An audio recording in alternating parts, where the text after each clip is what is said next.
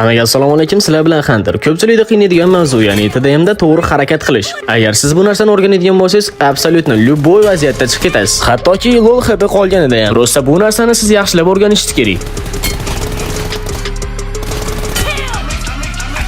Xo'p, bunda birinchisidan boshlaymiz.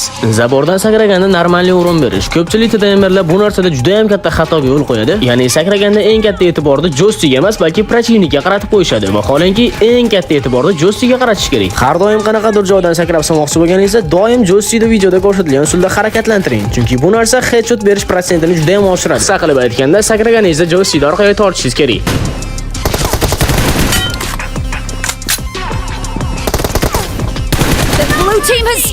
Xo'p, endi ikkinchi masalaga keladigan bo'lsak. Xo'p, juda ham ko'p vaziyatlarda protivnik mana shu o'ng tomondagi betongan orqasida turadi deb chiqmaydi. Agar shu korobkalarning ustida turadigan bo'lsangiz, bir o'q bilan 3 ta quyondirgan bo'lasiz. Ya'ni o'ng tomonni, chap tomonni va orqani cover qilgan bo'lasiz.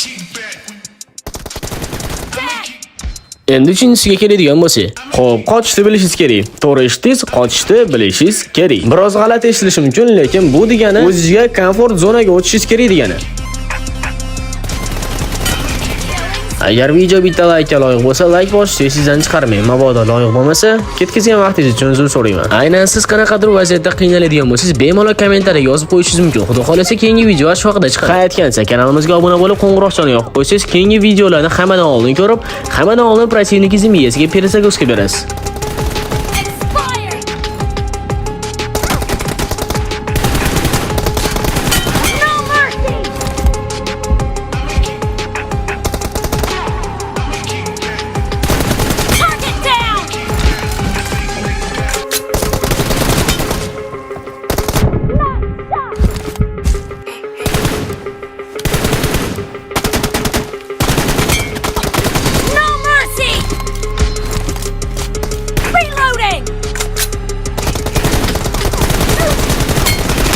Team has scored for the first.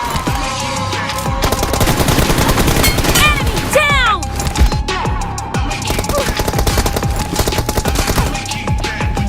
The blue team has scored.